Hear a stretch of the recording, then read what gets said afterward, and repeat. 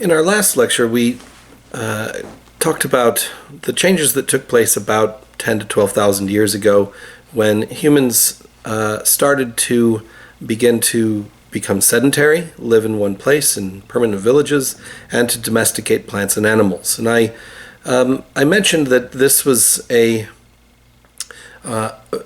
humans stepping in the place of natural selection and making artificial choices about what would live and die. And so humans started to manipulate nature to make it more suitable to what they thought they would prefer. There is, in the early days of this phenomenon, it probably would not have been evident that there would be ill effects from this. But fast forward 10,000 years to the present day, and we've got some real problems. And it's something that I can and I could and I in fact do teach classes on what took place over the past 10,000 years, archaeologically, culturally, historically, anthropologically, biologically. But this is a course on physical anthropology, so I don't want to get too deep into the weeds of how we got to the modern nation states and cities and industrialization that we live in today. That's for another time. But here we are. I hope you can see the direct line from the Neolithic Revolution into where we are today, that increase in population, increase in sedentism and reliance on particular types of plants, and the desperate need for energy. When you're staying put, you are required, if you want to increase your yields for growing populations, you need to input energy to get out more resources from your limited landscape. Also, if you're staying put in one place, you're growing one crop, you've got to bring stuff in. You can't just exist on wheat or maize alone. You need other things, which means that communication, trade, exchanges, all of these things become requirements when you live in large sedentary populations. Now, throughout this course, we've looked at the relationships between nature, natural selection, evolution, and the human physiology, the physical aspects of humans. And we've seen slowly but surely creeping into this that humans are very reliant upon culture as well. This was developed in tandem with an increasing brain capacity or brain size and intelligence. So throughout biological evolution, going all the way back to the first life on the planet, there has this been relationship between adaptations and natural conditions. And as those natural conditions change, adaptations change as well. That what was once a positive, good adaptation for this particular environment, if that environment changes, that's a maladaptation, or it can be. And that can be what was once part of your success, part of your failure. So change is brought on by changing conditions. Changing physiology is adapted to changing Earth history, geology and climate and these sorts of things. But now that humans are contributing and making artificial decisions for the direction that the Earth is changing, for the first time, we're affecting our own health. These artificial selections that we're making have become so huge and have changed the world so much that our human behavior is affecting the Earth and all of its inhabitants, not least of all ourselves, including us.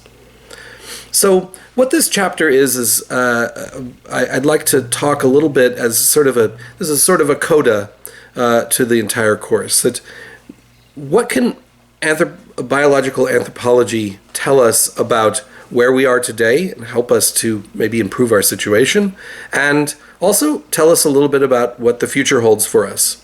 And I have to let you know this is going to be a pretty bleak lecture because we're not doing a great job with the decisions that we're making. We make short-term goals that accomplish short-term measures, and it's much harder to think longer term about where the human population is going and why we should even care about that. So another important thing to remember is that just because we are stepping in and making decisions about selections, so artificial selections instead of natural selections, first of all, natural selection is still taking place. So those, even though we are contributing to what nature is as component parts, those are still affecting plants, animals, and ourselves. So that's still happening, which means evolution is still happening. We have not held back the tide of evolution. We've just slightly changed its trajectory.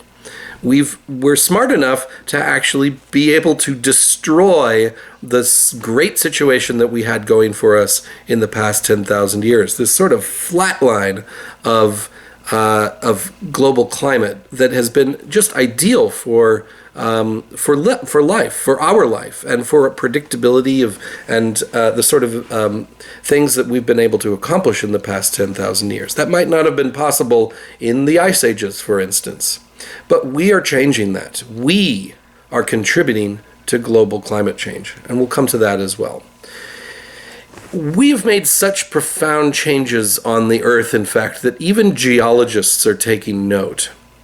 That we've looked at, and your book talks about geological epochs and eras and time periods that span all the way back from when the Earth first formed and from when life first formed and developed through different stages, right down to the Holocene, which is the end of the last ice age when we started to domesticate plants and animals.